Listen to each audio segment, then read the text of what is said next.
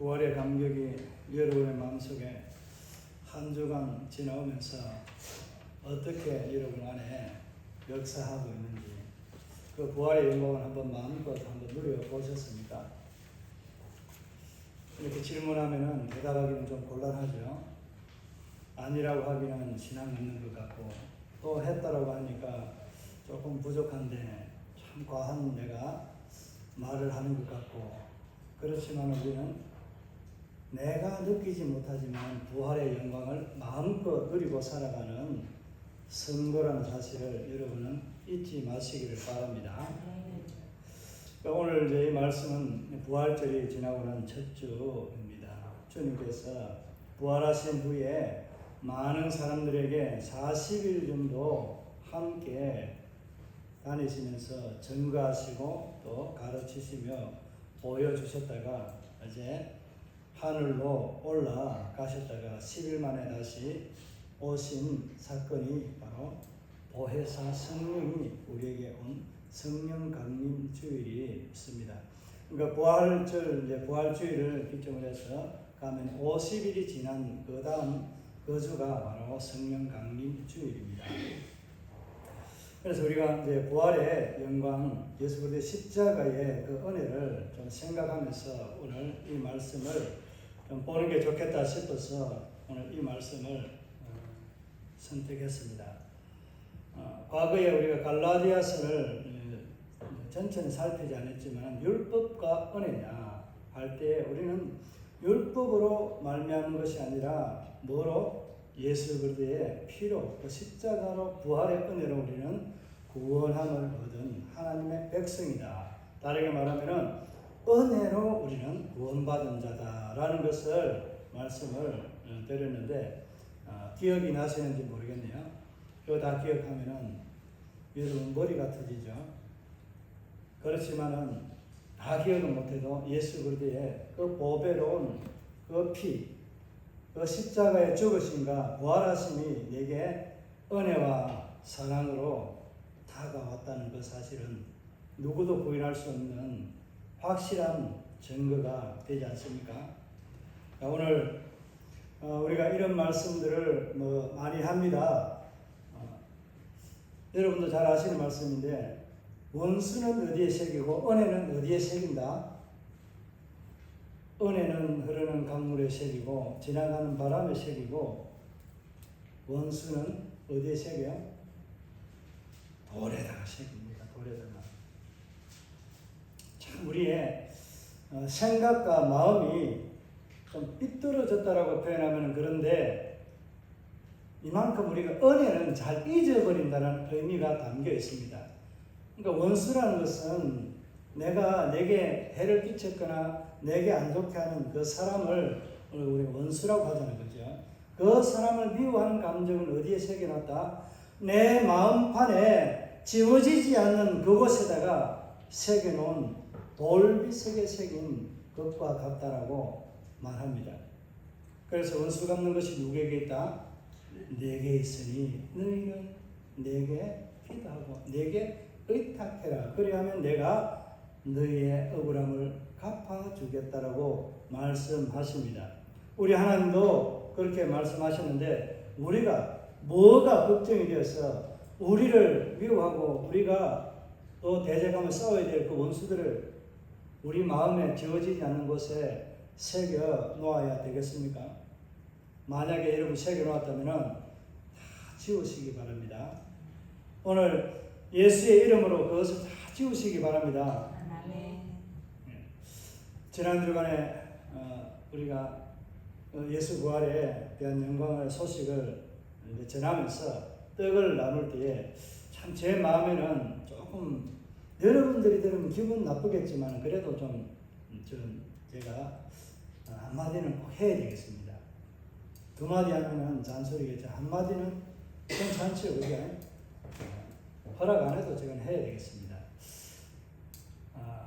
우리 마음에 생각하고 있는 구원의 기준이 어디 있는가 하는 것에 대해서 제가 조금 우리 성도들과 함께 떡을 나누고 전도하면서 좀 서운했던 것은 바로 이겁니다. 이단에 다니는 사람이라고 해서 우리가 나눠야 될 그 사랑을 나누지 않겠다라고 하는 그런 약간의 뉘앙스가 제 마음에는 큰 충격으로 와닿았습니다. 무엇인지 아시겠죠, 그죠? 그 정도만 하면은 되지 않습니까, 그죠? 그들도 하나님의 구원의 대상자라는 거예요. 하나님의 사랑을 받을 대상자입니다. 지금 눈이 어두워서 보지 못해서 이단에 빠져 있는 잘못된 믿음의 길을 걸어가고 있는 그들이지만은 우리를 통해서 하나님은 구원하시기를 원하시는 하나님의 기회가 우리에게 주어졌다는 사실입니다. 이거는 여기쯤만 하고 넘어가겠습니다. 그러니까 모든 사람에게 오늘 본문에도 그런 말씀이 나오는데 하나님의 구원은 어디에까지? 모든 사람에게입니다. 이게 요한 1시에 보면은 2장 2절에 보면은 그렇게 표현하고 있습니다. 오늘 본문에 언급되고 있는 내용에 언급되고 있기 때문에 나중에 설명을 좀 드리도록 하겠습니다. 그래서 우리가 원수는 우리가 영원히 잊어버리지 아니하려고 하고 반드시 갚아야 된다고 하는데 은혜는 어떻게 해요? 반드시 갚겠다라고는 말은 합니다. 그죠? 반드시 내가 이 은혜를 주고도 잊지 않고 갚겠습니다 하는데 실상 그 은혜를 갚습니까? 못 갚습니까? 대부분 제가 볼 때는요, 저도 그렇지만 한 70% 정도 이상은 못 갚을 것 같아요. 은혜를 다르게 말하면 뭐죠? 사랑입니다. 그죠? 부모에 대한 사랑은 내가 받은 것이 넘치도록 기록할 수 없을 만큼 많은데도 불구하고 내게 찾아온 부모의 사랑은 극히 기억이 안 날 정도로 없는 것 같은 게 우리의 마음과 생각에 새겨져 있는 것입니다. 이게 바로 하나님에 대한 사랑, 예수 그리스도의 사랑이 우리에게 은혜로 주어지고 다가왔는데 그 은혜를 내가 처음 만난 하나님을 보았을 때는 내가 정말 주님을 처음 만난 그날 내가 통곡하고 울며 내가 자복하며 내가 죄인인 줄 알았습니다. 그러나 점점 살아가면서 하나님의 은혜는 잊어버리고 망각하며 내가 스스로 하나님을 찾아가고 내가 하나님을 만난 것으로 생각하게 됩니다. 물론 그렇게 생각은 안 하지만은 그와 같은 모습으로 살아가진다는 겁니다. 그러니까 잊어버리지는 않았지만은 내가 그 은혜를 그냥 갚아야 된다는 것에 있어서 안 갚아도 되는 것이냐 그냥 그저 그렇게 살아가고 있는 게 저와 여러분의 모습입니다. 이게 우리의 삶의 모습에서 신앙의 모습과 딱 비추어서 보면은 이게 비교할 게 별로 더하거나 뺄 게 없습니다. 모양과 어떤 형태가 다르지만은 비슷합니다. 그래서 역사도 우리에게 교훈을 주는데 유사하고 반복적인 형태로 나타나는 것이 역사입니다. 앞뒤가 바뀌어서 올 수도 있고 우리에게 똑같은 모양, 똑같은 모습으로 다가올 수도 있습니다. 그러니까 역사를 모르는 자에게는 뭐한다? 그 시대를 말할 수 없고 가장 어리석은 자가 됩니다. 그 역사의 주인공이 누구예요? 하나님이십니다. 그런데 하나님을 모른다는 것은 굉장히 불행한 사람이라고 그렇게 말할 수 있습니다. 자, 오늘 말씀에서 이 로마서를 기록한 이 내용을 보면은 율법에 관한 내용들이 참 많이 언급되고 있습니다. 오늘 이 본문에도 보면은 조금 안 좋은 표현도 있긴 하지만은 그래도 우리가 이렇게 로마서에서 율법에 관한 것, 은혜에 관한 것을 말씀하면서 오늘 본문에 이 우리에게 주는 메시지는 본문의 제목이 오늘 그대로 기록되어 있습니다. 뭐가 뭡니까? 은혜와 믿음. 그러니까 이 믿음에서는 율법을 믿는 거냐, 율법으로 우리가 구원을 받느냐 할 때 이미 답은 한번 얻었습니다. 또 그리고 성경을 읽으면서 여러분이 그 답은 다 알고 있습니다. 그런데 오늘 부활의 주님을 다시 우리가 한번 생각하면서 오늘 은혜냐 믿음이냐 율법이냐 할 때에 우리에게 주어지는 은혜는 그러니까 구원의 방법은 무엇이 여러분에게 더 큽니까? 그러니까 다르게 말하면 믿음이라고 했을 때 율법이라고 하는 행위가 더 큽니까? 아니면은 값없이 우리에게 주어졌다라고 하는 은혜가 더 큽니까? 여러분 냉정하게 한번 어느 것이 믿음의 행위가 큽니까? 그냥 값없이 받은 은혜에 나타난 그 증거가 더 큽니까? 은혜가 더 크다라고 다 말하잖아요. 그죠? 은혜가 크면은 하나님 편에서는 그냥 우리에게 값없이 준 것입니다. 그죠? 하나님께서는 우리에게 값없이 주었다라고 표현하는데 하나님 정말 우리에게 값없이 준 거에 맞습니까? 자기의 독생자를 주었습니다. 그러니까 값없이 준 것은 아닙니다. 우리에게 그 값없이 준 자기의 아들 독생자를 믿는 것에 있어서 율법이나 행위로 돈으로 우리에게 요구하지 아니하시고 무엇으로? 믿음이라고 하는 입술의 고백으로 대처했기 때문에 값없이 준 은혜라고 말하는 거예요. 여러분이 지불해야 될 죄에 대한 대가, 생명에 대한 대가를 지불하지 않고 우리가 얻게 되었기 때문에 값없는 하나님의 은혜라고 그렇게 표현한 겁니다. 그래서 이 율법서를 말하고 하면서 이 로마서를 기록한 사울이 이렇게 말합니다. 우리가 알거니와 무릇 율법이 말하는 바는 율법 아래 있는 자들에게 말하는 것이니. 그러니까 율법을 말할 때는 율법 아래 행위를 지키는 그들에게 말한다는 겁니다. 근데 그들에게 말하지만은 그들이 그대로 쭉 살아라고 말하는 것이 아니라 이어서 말하는 거 보면은 이는 모든 입을 막고 온 세상으로 하나님의 심판 아래 있게 하려 하심이라 라고 합니다. 그러니까 율법으로 하나님의 심판 아래 있게 하려 하는데 그 심판을 면하게 해주겠다는 것이 율법이 아닌 믿음이라는 것을 말합니다. 그래서 은혜가 심판을 건너뛰고 어떻게 하는 거예요?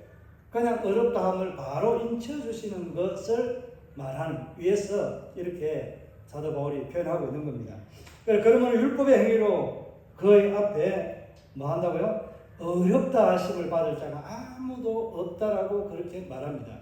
이미 우리 갈라디아서나 다른 부분에서 이런 말씀들은 살펴봤기 때문에 깊이 좀 더 말씀을 드리지 않겠습니다. 그리고 율법으로는 뭐 한다고요?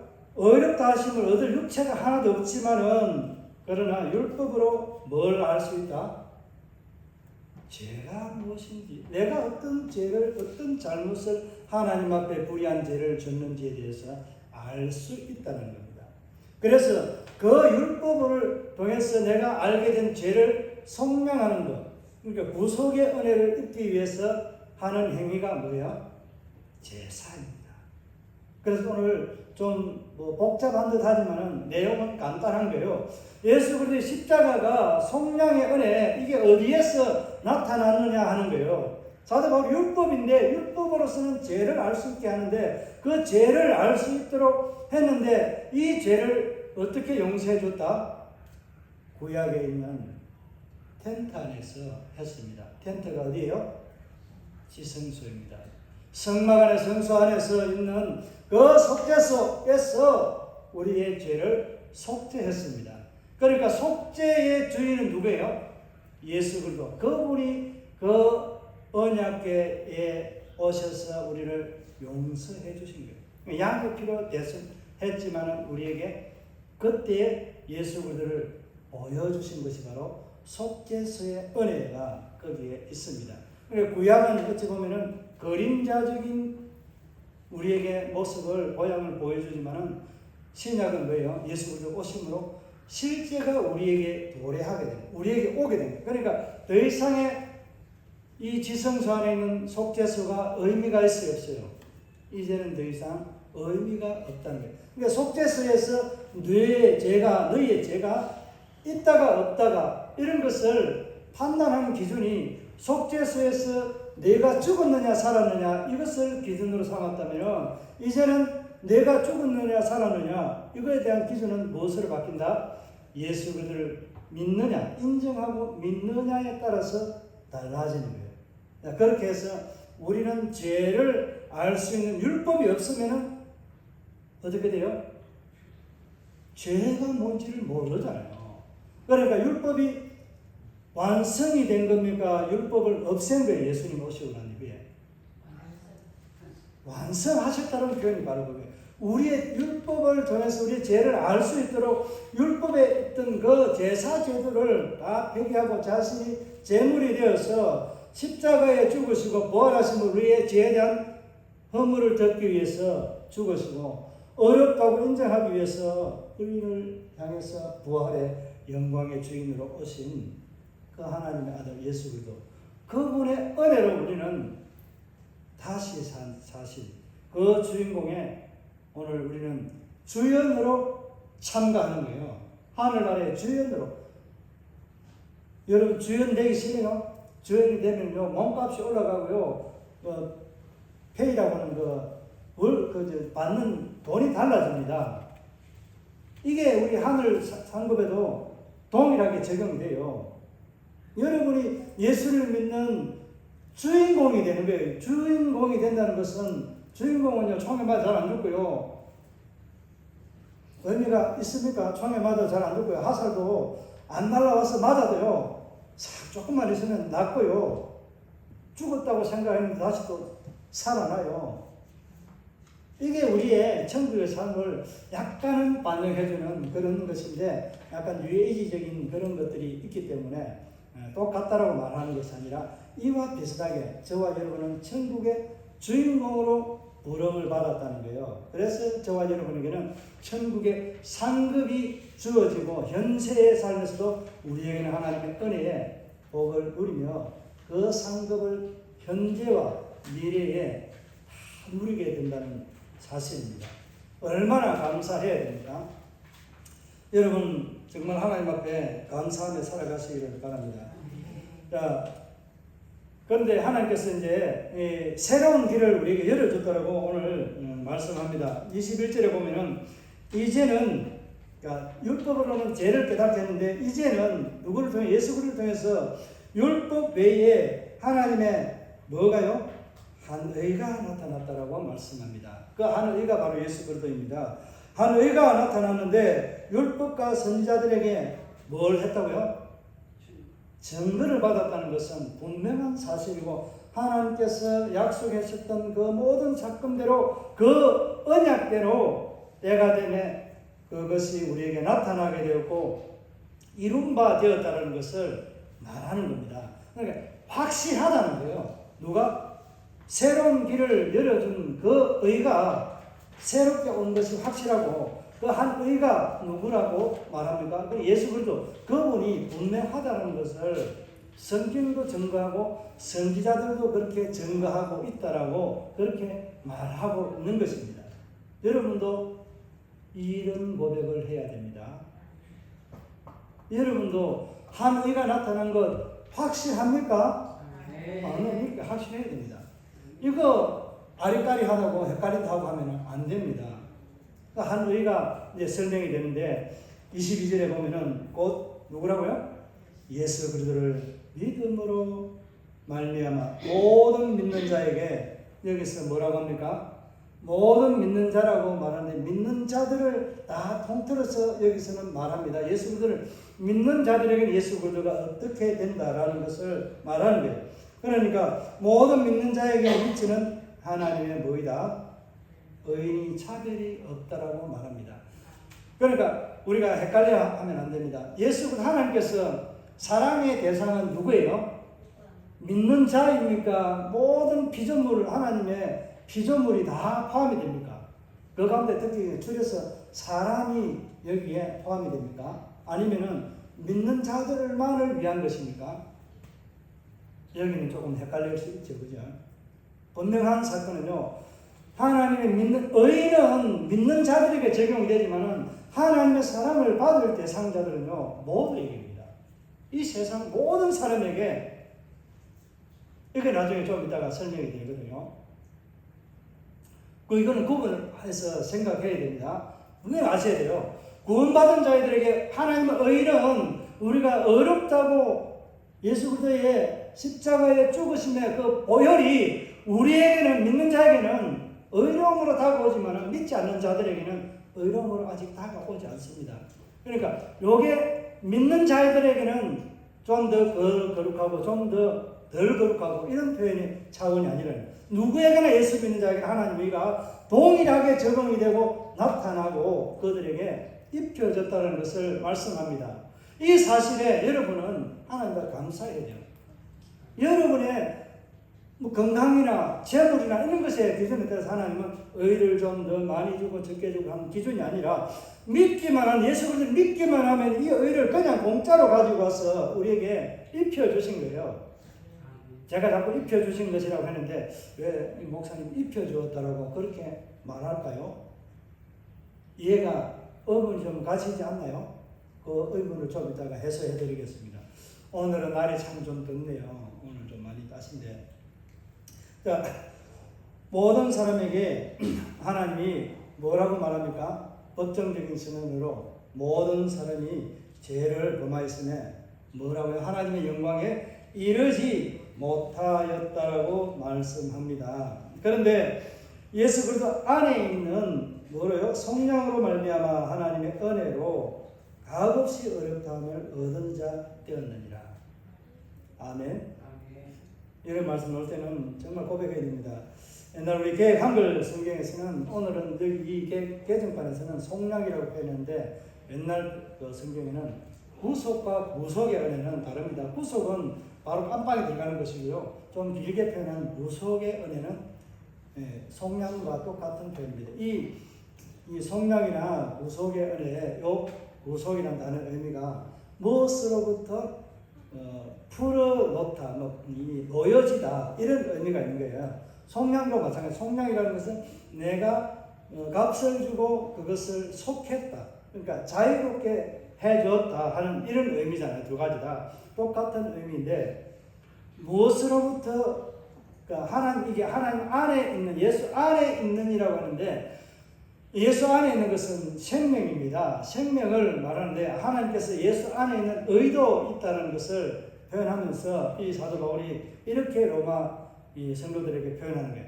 예수 안에 있는 의를 우리에게 뭐 했다고요? 더 입혀주었다라고 합니다. 그래서 우리에게 입혀주었다는 표현이 뭐예요? 우리가 옷을 입을 때 어떻게 하는 거예요? 입는다 이렇게 하잖아요. 옷을 이제 벗을 때는 벗잖아요. 이 의미가 바로 오늘 여기에 우리를 의롭다고 인정해 줄 때에 이 표현이 여기서 우리가 좀 이해를 해야 되는 거예요. 자, 예수 그때 의는 예수 그리스도에게 있습니다. 그런데 예수 있는 걸 우리가 믿음으로 바라보기 때문에 예수에게 있는 이 의를 어떻게 가져다 주는 거예요? 믿음으로 가져다 주는데 어떤 방식으로 우리에게 갖다 주는가 하는 거예요. 우리에게 어떻게 어렵다고 말하고 그러면 그것으로 끝이 나느냐 이것을 말하는. 그래서 우리에게 예수 그리스도의 의의 옷을 말씀으로 우리에게 입혀준다는 표현을 쓰는 거예요. 그러니까 우리가 자체가 어떻게 된 거예요? 완전하게 어렵게 된 것은 아니라는 거예요. 그러니까 입혀놓기 때문에 우리의 죄를 어떻게 하는 거예요? 가리웠다. 그 표현이 나한테 뒤에 나옵니다. 하나님께서 우리에게 대한 과거에 대한 죄를 뭐 한다고요? 간과하시고라는 표현을 쓴 거예요.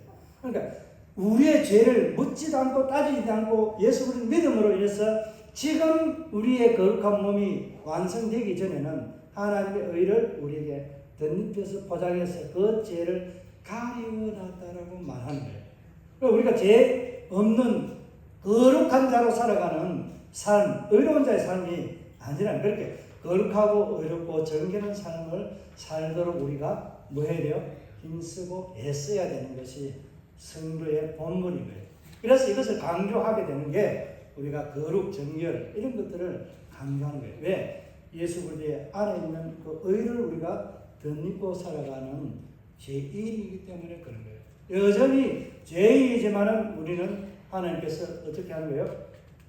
그 의로움을 우리의 옷을 입혀주는데 그냥 어려운 자다, 옷만 입혀주고 그냥 걷어갔다 이렇게 하는 것이 아닙니다. 요 선언은 어렵다 하는 이것은요, 로마나 그 당시 지금도 마찬가지인데 우리가 법원에서 하는 법정적인 용어라고 하는 이야기 들어보셨죠, 그죠? 이것을 말할 때 믿는다라고 하면은 하나님께서는 뭐 어떻게 법정적인 용어를 어렵다라고 하는 이 표현을 쓰는 의미는 뭐겠습니까? 그러면 확실하게 내가 너희를 죄인으로 인정하지 않고 무엇으로? 내 아들의 그 의를 드리면 거룩한 당신의 자녀로 인정해 주겠다라는 하나님의 법정적인 선언이에요. 그래서 의롭게 하신 그를 다시 의로운 하나님의 자녀로 받아주시는 요 은혜가 바로 우리에게 값없는 하나님의 은혜입니다. 이 은혜를 우리는 그냥 값없이 우리가 다 받은 줄 아는데, 내가 지불해야 될 것을 누가 지불한 거예요?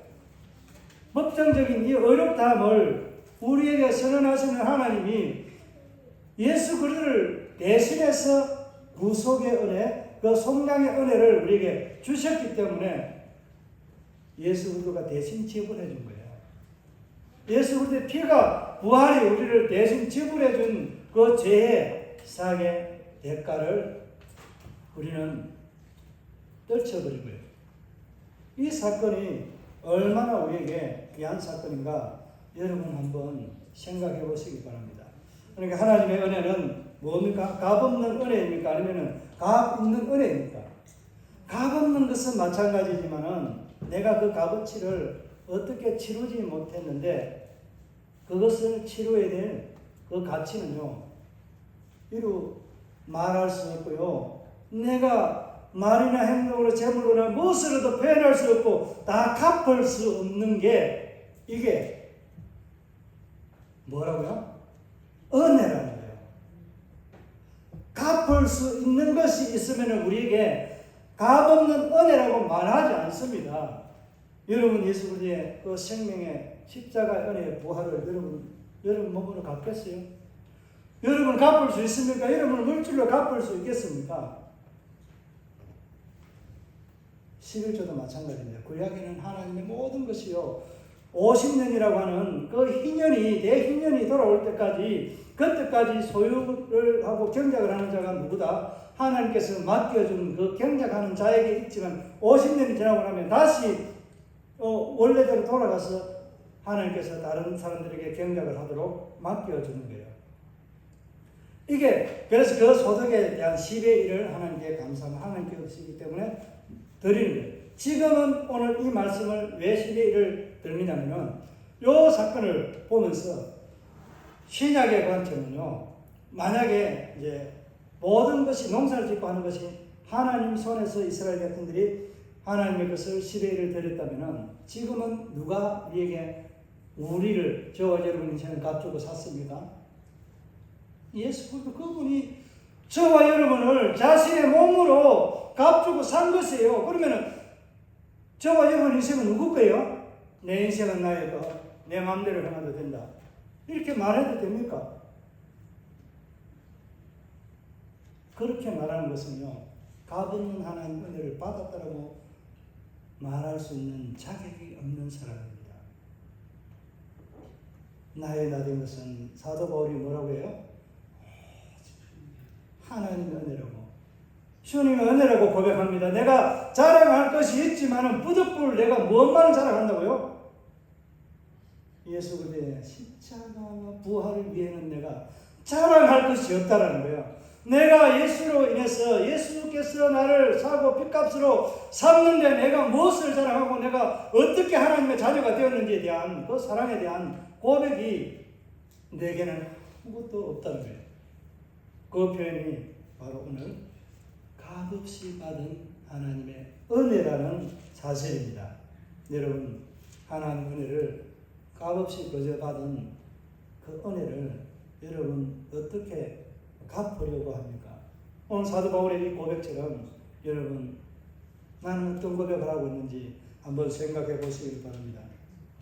25절에서 계속해서 이어지는 말씀을 좀 살펴보겠습니다. 값없이 우리에게 은혜를 줬는데 이 믿는 자에게 어떻게 어떠한 이제 역사가 어떠한 증표가 있는가 하는 것을 말씀해 주는 것이 바로 25절 26절입니다. 이 예수를 하나님이 그의 피로서 믿음으로 말미암는 화목 제물로 세우셨으니 이는 하나님께서 길이 참으시는 중에 전에 지은 죄를 뭐하고 간과하심으로 자기의 의로우심을 나타내려 하심이니 곧 이때 자기의 의로우심을 나타내사 자기도 의로우시며 또한 예수 믿는 자를 의롭다 하려 하심이라 라고 말씀하고 있습니다. 자, 이런 표현의 말씀을 우리가 볼 때에 앞에 제가 말씀을 드렸는데 그 말씀이 여기 안에 다 포함이 되어 있습니다. 무슨 말인지 이해가시죠? 그러니까 예수 그리스도를 통해서 믿음으로 살아가는 우리에게는 우리가 지었던 그 죄를 간과하신다. 그러니까 지금 지은 죄를 어떻게 하느냐 하는 의문의 질문이 들어올 수 있잖아요. 그러면 그건 어떻게 하는 거예요? 이미 무엇으로 우리는 덮어놨어요? 예수 그리스도의 의로 덮어놨기 때문에 그 안에 우리의 죄를 다 감추시고 용서해 주시는 거예요. 그러니까 예수를 믿는다는 건 뭐예요? 과거나 지금이나 미래나 모든 죄를 내가 하나님 앞에 고백하고 당신의 그 핏값으로 내가 그 지은 죄를 용서받습니다. 다시는 그런 죄에 빠지지 않도록 그런 죄를 짓지 않도록 살아가겠습니다. 라고 고백하는 거잖아요. 그런데 이런 죄 지으면 어떻게 돼요? 이런 질문을 하게 되면 또 좀 빗나가니까 그런 질문은 한마디로 말하면 그것마저도 하나님께서는 예수 그리스도 이름으로 믿는 자들에게 동일하게 용서해 주셨다는 겁니다. 지난번 말씀드린 거 기억나시죠? 진정한 회개는 하나님과 사람 앞에 다 하는 것이 진정한 회개입니다. 그렇게 회개하는 자에게 주어지는 것이 바로 오늘 이 믿음으로 살아가고 믿는 자에게 주어지는 것이 바로 예수 그리스도의 의가 우리에게 예수 그리스도도 거룩하고 정결한 것처럼 우리도 거룩하고 정결한 모습으로 우리를 받아주시고 인정해 주신다는 겁니다. 자, 그리고 이렇게 받아주고 인정하는데 그런데 우리의 삶에 믿는 자들에게 어떻게 하신다는 겁니까? 아니면은 믿지 않는 자들에게도 어떻게 하신다는 겁니까? 요 말씀이 27절 이하부터 쭉 이어져 내려오고 있습니다. 그러니까 율법은 제한적으로 누구에게만 이게 적용이 됐어요? 유대인들이라고 이스라엘이라고는 하나님의 선민에게만 적용이 되는데 이 믿음은 누구에게? 모든 사람들이 이방인이나 유대인들에게 모두에게 다 기회가 주어진다는 겁니다. 앞에 이제 말씀을 드릴 때 한 가지 제가 뒤에 가서 말씀을 드린다고 했는데 요 화목 제물이 되셨다는 이것은요 요한일서에 보면은 2장 2절에 보면은 화목 제물이 되신 것은 누구를 위함이라고요? 모든 하나님의 사람뿐만 아니라 세상 사람들에게 주어진 화목 제물이 되셨다는 거예요. 무슨 말 이해가나요? 그러니까 모든 이 세상의 인류를 위해서 하나님께서는 당신 아들 예수 그리스도 그분이 화목 제물이 되어 주셨다는 거예요. 그러니까 속죄소에 나타난 그 은혜의 예표가 실제로 나타나게 되었고 그것을 믿는 자들에게는 어떻게 된다고요? 하나님의 의를 예수 그리스도 안에 있는 의를 우리에게 믿는 자에게 주신다는 거예요. 그러니까 주어지는 은혜는 누구에게나 다 주어지는데 예수 그리스도의 의를 입고 살아가는 자에게는 뭐다? 예수님을 믿는 자들에게고 화목 제물이 되었다는 이 표현은 믿지 않는 자들까지도 위해서 화목 제물이 모든 죄인에게는 다 화목 제물로서 예수님께서 죽으셨다는 거예요. 그러니까 두 가지 다 믿는 자들에게 차별이 없게 나타나는 하나님의 의가 있고 또 믿지 않는 자들에게 주어지는 그 믿는 자와 믿지 않는 자들에게 주어지는 이것 하나 사건은 화목 제물이 되신 예수 그리스도 그분이 누구에게나 차별 없이 동일하게 다 공개가 되었다는 거예요. 그러니까 그 어느 누구도 예수 그리스도를 나는 모릅니다. 믿지 않습니다. 모릅니다. 몰랐어요. 핑계할 수 없도록 하나님께서는 자연에게도 알 수 있도록 다 공개하셨다는 그런 표현인 거예요. 이 의미가 그런 거예요. 자, 이제 말씀을 정리하겠습니다. 자, 우리에게는 예수 그리스도 그분을 믿음으로 인해서 율법에서 말하고 있는 그 죄를 깨닫고 그 율법의 비참함을 우리는 예수 그리스도를 믿음으로 고백하는 거예요. 내가 죄인입니다. 당신의 그 십자가 부활의 그 은혜가 내게 주어지기를 원하고 내가 그 사건에 내가 박혀야 될 것 주인공이고 내가 죽어야 되는데 내 대신 죽으신 예수 그리스도 당신을 내가 믿습니다라는 그 믿음의 고백이 주어지는 모든 믿는 자에게는 뭐라고요? 그 예수 그리스도의 의가 아무도 차별을 하지 않고 동일하게 똑같이 예수 그리스도의 의의 옷을 덧입혀 주시는 하나님의 은혜가 담겨 있다는 것이고, 또 우리가 그 은혜를 입을 수 있도록 모든 하나님의 백성뿐만 아니라 이방인들에게까지도 주어지는 그 은혜는 화목제물이 되셨다라는 이 사건, 그 누가? 예수 그리스도가 그들에게 생명의 동화줄이 되어주는 그런 분으로 죄를 사하시려고 화목제물이 되신 예수 그리스도, 그분은 어느 누구에게도 차별이 없고 동일하게 그 기회를 얻을 수 있도록 공평하게 주어졌다는 사실입니다. 자, 그러면 오늘 율법이냐 믿음이냐를 말할 때에 여러분은 율법적인 삶을 좀 더 살아가고 있습니까? 그러니까 행위적인 삶을 더 강조하며 살아가고 있습니까? 아니면 값없이 받았다라고 하는 그 하나님 은혜에 대한 그 감사로 내가 살아가고 있는가 하는 것을 한번 생각해 보시기 바랍니다. 나는 전적으로 예수 그리스도 그분의 것입니다. 내 것이 아닙니다. 그래서 우리는 하나님께 무엇으로 어떻게 이 은혜를 갚으리오리까? 정말 그래서 우리가 하나님께서 우리를 값지게 하신 그 존재로 하나님 앞에 부름받았다는 이 사실에 감사하면서 예수 그리스도의 부활의 영광, 그 은혜 마음껏 누리면서 하나님 앞에 감사 찬송하며 살아가시기를 바랍니다. 이런 말씀들이 이제 시편에도 많이 있고 이사야도 기록되어 있지만은 여러분 그것들은 말씀을 소개하지 않겠습니다. 여러분 은혜와 믿음에 관한 것 어느 것에 더 나는 치중을 하고 살아가고 있는지에 대한 것을 한번 한 주간 생각하면서 또 하나님 은혜를 마음껏 누리고 표현하면서 살아가시기를 바랍니다. 이 말씀을 생각하면서 잠깐 우리 한번 결단하고 우리 준비한 인물 하나님 앞에 드리도록 하겠습니다. 자비하시는 하나님 감사합니다.